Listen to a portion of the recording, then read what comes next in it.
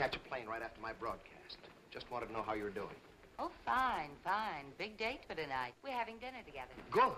At the snack bar at Union Station. Then he catches the train for Newchester. No leads at all, eh? Just one. Gresham and another congressman have been tangling all morning. Looks as if it might be a grudge fight. Well, get to the other fellow before he cools off. That's the time to get him to talk. If they know anything. Well, let's hope you find something in Newchester. You don't think I'm going, do you? I think you should. But, of course, that's up to you. This is more than a hunch, isn't it, Mr. Nunnally? It's more than a hunch. There he is. The one who's been needling Gresham. A couple of times in there, I thought Gresham was going to slug him. Hey, maybe he will yet. How'd I do, Charlie? Oh, not bad for a beginner, but a good chairman never loses his temper. Just the same, I got you on a couple of points. You got to admit that. Oh, I didn't want to make you look too bad. You made a lot of progress, Joe. You're coming along fine. I'm proud of you. Well, this is the writer I was telling you about, Miss Kingsley, Congressman Charles W. Birch. How do you do, Mr. Congressman? I'm delighted to meet you, Miss Kingsley. I think your idea is excellent, and you couldn't have picked a better man than Joe.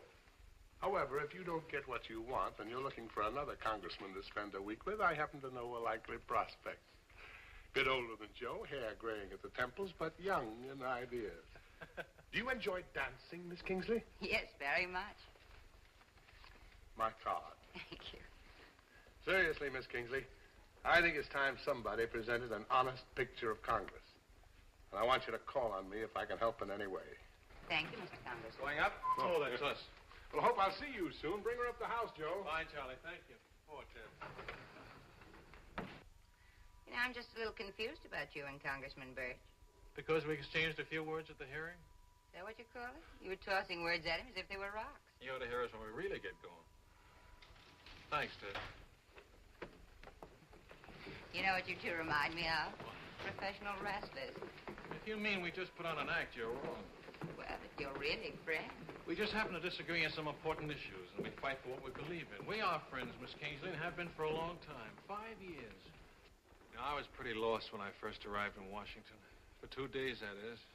And Charlie Birch dropped in, introduced himself, and all of a sudden I felt at home. He's a Republican, mind you, and I'm a Democrat. But, well, he'd happened to read a couple of my campaign speeches, and, well, anyway, he showed me how to organize my office, recommended Miss Galbraith, who'd worked for a friend of his, gave me pointers on who to meet, who to avoid, how to handle myself on the floor, how to speak from the diaphragm. If you think I'm a poor speaker now, you should have heard me in the beginning.